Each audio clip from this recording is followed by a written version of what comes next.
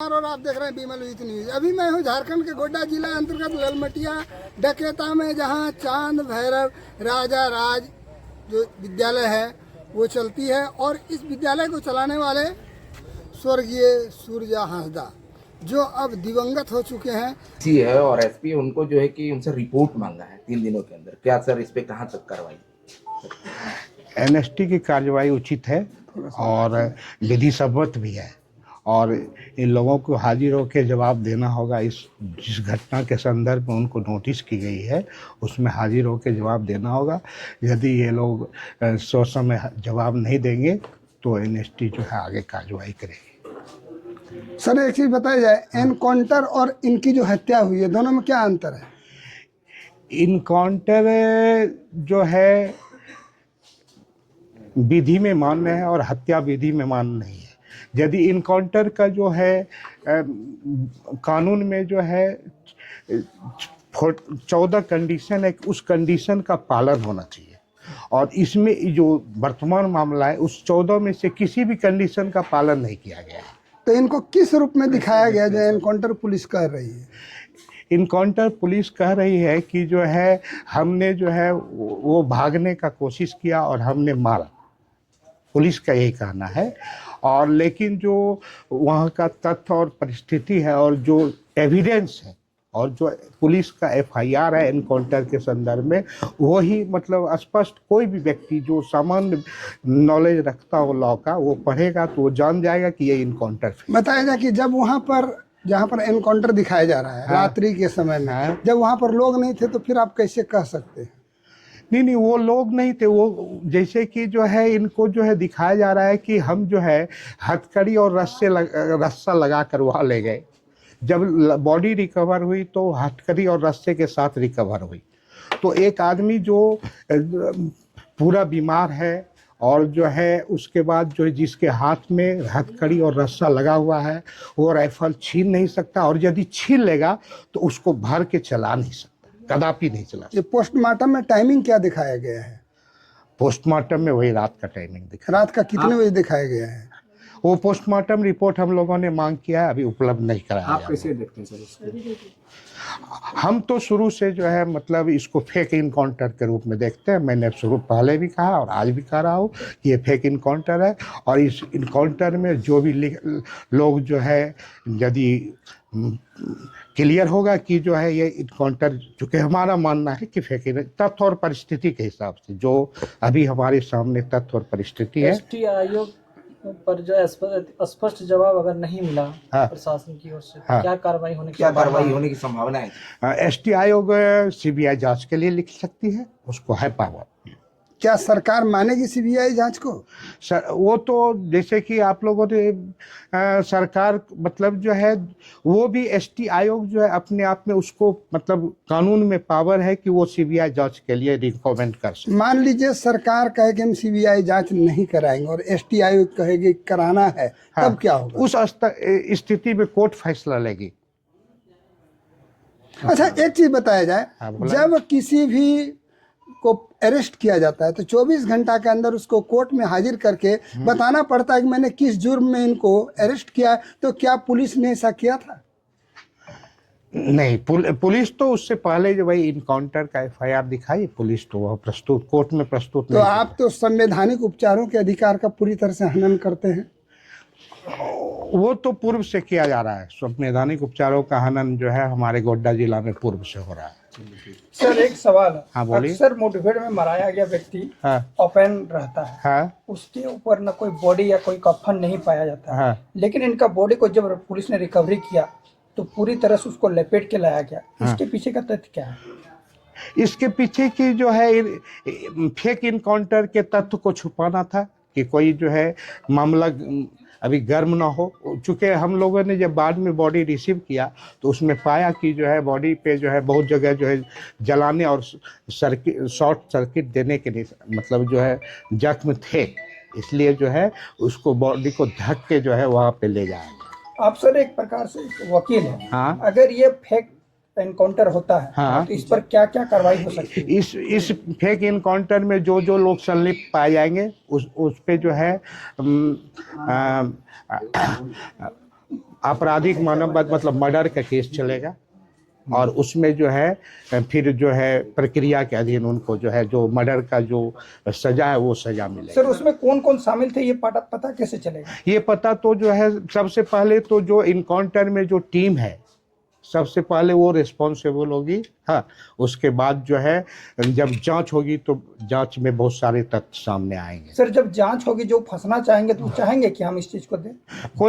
कोई भी जो है व्यक्ति जब अपराध करता है तो वो तो अपने तरफ से बचने के लिए पूरा प्रयास करता है, लेकिन जांच है और जांच में तथ्य आता ही है और जो गलत व्यक्ति होगा जिसने ऐसा किया होगा वो पकड़ा ही जाएगा। सर कुछ ऐसी समस्याएं अभी चल रही है हाँ। यहाँ पर 350 बच्चे पढ़ते हैं। हाँ। और उनके भोजन का सामान समाप्त हो चुका है। हाँ। ऐसी परिस्थिति में सरकार को इनको तो अन्न देना ही होगा। हाँ। खिलाना ही देना होगा। तो हमारे लोगों ने अभी चूंकि हम लोग कार्यक्रम में अभी लिखित अनुरोध नहीं किया है इस संदर्भ में, हम लोग इसके बारे में उपायुक्त महोदय और DLSA गोड्डा को लिखेंगे। चूंकि DLSA कोर्ट में एक सेक्शन होता है DLSA जिसका काम है इन चीज़ों को देखना, वो भी इसमें जो हमने बात भी किया और उन्होंने भी जो है मतलब इसमें जो है पर्याप्त सहयोग का। सर आज रात में इनको भोजन नहीं मिल पाएगी इन बच्चों को, जो स्टेटस बन रहा है यहाँ का, तो ऐसे समय में जब बच्चे भूखे बिलखेंगे तब इसका क्या होगा? उस संदर्भ में जो है तब हम लोग उसको जो है आवेदन देंगे उपायुक्त को। तो आवेदन कब दीजिएगा? जब भूखे रहेंगे उसके बाद? नहीं तो ये तो आपने पहली बार प्रकाश में लाया। मैं अभी देख के आया हूँ उनके जो स्टोर है, स्टोर को मैं देख के आया हूँ, उनका खाना नहीं है रात का। नहीं तो उसमें हम लोग जो है खाने की आज तो व्यवस्था करेंगे ही और जो है हम लोग कल आवेदन देंगे उसके बारे में। सर अंत में बताया जाए कि आप इस केस को डील कर रहे हैं। हाँ। इसका अभी वर्तमान में स्टेटस क्या है? किस केस का? ये जो सूर्या हंसदा के जो है सूर्या हंसदा पे आपको मैं बता दूं कि ये जो इनकाउंटर हुआ उसमें जो है टोटल 25 केस दर्शाया गया है। ठीक है जी। उसमें जो है 25 केस में 14 केस में ये रिहा थे, 5 केस में जो है अनुसंधान चल रहा था। ठीक है, और 5 केस में वो बेल पे थे। वो 5 में 3 केस जो है साहिबगंज जिला का है, 2 केस गोड्डा जिला का है और जिस गोड्डा जिला के केस में ही इनको कहा जाता है कि अरेस्ट किया गया, लेकिन जिस केस में कहा जाता है कि अरेस्ट किया गया उसमें इनफैक्ट जो है वारंट इशू नहीं हुआ। तो बिना वारंट का क्या? नहीं, उस केस में पुलिस बिना वारंट के गिरफ्तार कर सकती है लेकिन आउट ऑफ डिस्ट्रिक्ट गिरफ्तार नहीं कर सकती है। तो फिर कैसे कर लिया? वो तो अब उसका जवाब देना होगा। यही तो मैंने बताया कि तथ्य और परिस्थिति बताता है कि जो है सूर्या हंसदा आपका क्लाइंट था सर जी। आप कैसे सहयोग करेंगे सर? क्या कानूनी प्रक्रिया होगा आपके तरफ से? मेरे तरफ से जो विधिक सेवा है वो मैंने तय किया है। मैंने बताया भी है उनके परिवार को कि मैं उनके इस केस में उनकी ओर से निःशुल्क अपनी लड़ाई लड़ूं। चलिए बहुत बहुत धन्यवाद आपको। निःशुल्क लड़ाई लड़ रहे हैं। हाँ, इस केस में मैं उनकी तरफ से निःशुल्क लड़ाई लड़ूंगा, ये मैंने उनसे कहा है। सर उनके परिवार को न्याय मिल सकता है? परिवार को न्याय मिलेगा और उस न्याय के लिए जहाँ तक जाना होगा मैं बताया और अभी भी मैं कायम हूँ कि जो है मैं उसमें निःशुल्क लड़ाई लड़ूँ। क्या नाम हुआ सर आपका? मेरा नाम हुआ संजीव कुमार झा। चलिए हैं? आप कहाँ से हैं? हम गोड्डा कोर्ट में एडवोकेट हैं, सिविल कोर्ट गोड्डा पे। बहुत बहुत धन्यवाद। मैं दिखा रहा हूँ स्वर्गीय सूर्या हंसदा की माता जी जो कह रही हैं कि इनको देखने नहीं दिया गया है। देखिए मैं दिखा रहा हूँ अभी स्वर्गीय सूर्या हंसदा के घर में हूँ जहाँ पर आज एनकाउंटर की प्रक्रिया क्या हो रही है? एनकाउंटर के बाद जो है क्या कुछ नियम करता है? इनकाउंटर की सबसे पहली प्रक्रिया है कि जिस व्यक्ति का इनकाउंटर होता है यदि उसके परिवार के बारे में पता चलता है तो उसको बुला के उसके सामने जो है बॉडी को पहचान करवाते हुए इंक्वेस्ट रिपोर्ट बनाना है और मजिस्ट्रेट के सामने। उसमें मजिस्ट्रेट नियुक्त होंगे तो मजिस्ट्रेट तो वहाँ बुलाया गया था CO साहब को, लेकिन जो है CO बुआरी को, लेकिन जो है उनके परिवार के सदस्य वहाँ पे मौजूद थे और जो है ये फेक इनकाउंटर का सबसे बड़ा सबूत है। किसी भी परिवार के सदस्य का जो है इंक्वेस्ट पे न तो साइन है और न किसी को बॉडी देखने दिया गया। बॉडी इन लोगों को पहली बार जब पोस्टमार्टम के बाद सुपुर्द किया गया तब इन लोगों को देखने मिला।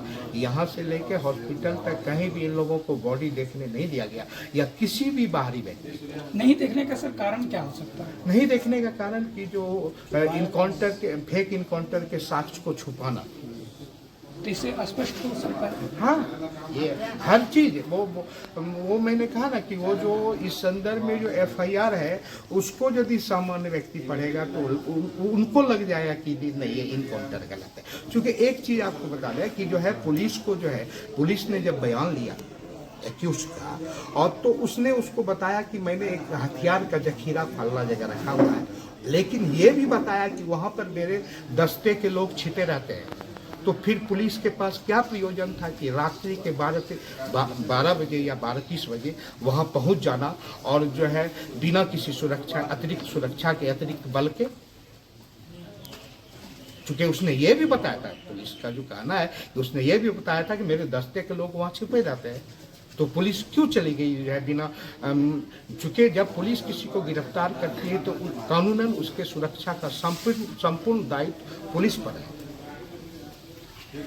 गिरफ्तारी और गिरफ्तारी की सूचना तो गिरफ्तार किया है, ये एडमिटेड फैक्ट है। इस केस में गिरफ्तार किया गया, ये प्रशासन द्वारा भी एडमिटेड है, हर चीज में। तो गिरफ्तार करने के बाद एनकाउंटर हो सकता है? गिरफ्तार करने के बाद यदि कोई व्यक्ति भागने का प्रयास करेगा, भागे मतलब उसको लगेगा कि ये व्यक्ति भाग जाएगा, मेरे चंगुल से छूट जाएगा, तो हो सकता है। तो इसमें भागने का मामला दिखाया गया है? इसमें भागने का मामला दिखाने का प्रयास किया गया है, दिखाया नहीं गया, दिखाने का प्रयास किया गया। अब मैं अगला मिल रहा हूँ स्वर्गीय सूर्या हांसदा की माता जी से। माता जी, आपका मेरे चैनल में स्वागत है। आपको इस केस के संबंध में क्या कहना है? बेटा सुनिए, कैसा सा मेरा बेटा तो मीडिया वाला ना पता मुझे क्या हो ज्ञान के मेरा बेटा वहाँ, तो ये लोग पुलिस का क्या है, इनकाउंटर कर देगा अपना, ये लोग प्रोसेस करना, यही पुलिस का नियम है। किसी को अरेस्ट करें तो इनकाउंटर कर दिए, इनकाउंटर नहीं क्या हुआ, वो ये हत्या करके बचने के लिए यहाँ लाया है कि नहीं इनकाउंटर है, मुठभेड़ है, कुछ नहीं, हत्या करके यहाँ घुस। ये हत्या का कारण क्या रहा, मूल कारण? हत्या का कोई वारंट था ना, कुछ केस था, कुछ नहीं, झूठो मूठो में सोना इल्जाम दे के ऐसा क्या। देखिए, मैं बता रहा हूँ कि ये जो स्वर्गीय सूर्या हांसदा की माता जी कह रही है कि ये न तो केस था न कोई मामला था, झूठ मूठ का इनको मारने की साजिश रची गई थी। मुठ भेड़ कुछ नहीं, वो तो खुद उसका नाजुक था, वो तो बीमार था। आखिर बीमार आदमी भाग कैसे सकता है? जैसा सुनने में आया कि वो भेलोर से इलाज करा के आ रहे थे, तो ऐसे ही उनकी क्षमता भागने की कम हो चुकी थी। फिर ये भी एक सवाल, एक प्रश्न चिन्ह पैदा करता है कि आखिर इसका क्या होगा और क्या इस सरकार में न्याय मिल पाएगी। ये भी एक बहुत बड़ा, जैसे भी हो सीबीआई का जांच कराएंगे, कभी पानी का। चलिए, धन्यवाद। सर 20 साल पहले जो केस हुआ और उसके लिए इनकाउंटर, आप अभी उसको इतना बड़ा तो केस उस पर नहीं था कि उसको इनकाउंटर कर दिया जाए। क्या गुनाह था सूर्या हांसदा का? उसके बेआप में उसको आप इनकाउंटर कर दीजिएगा।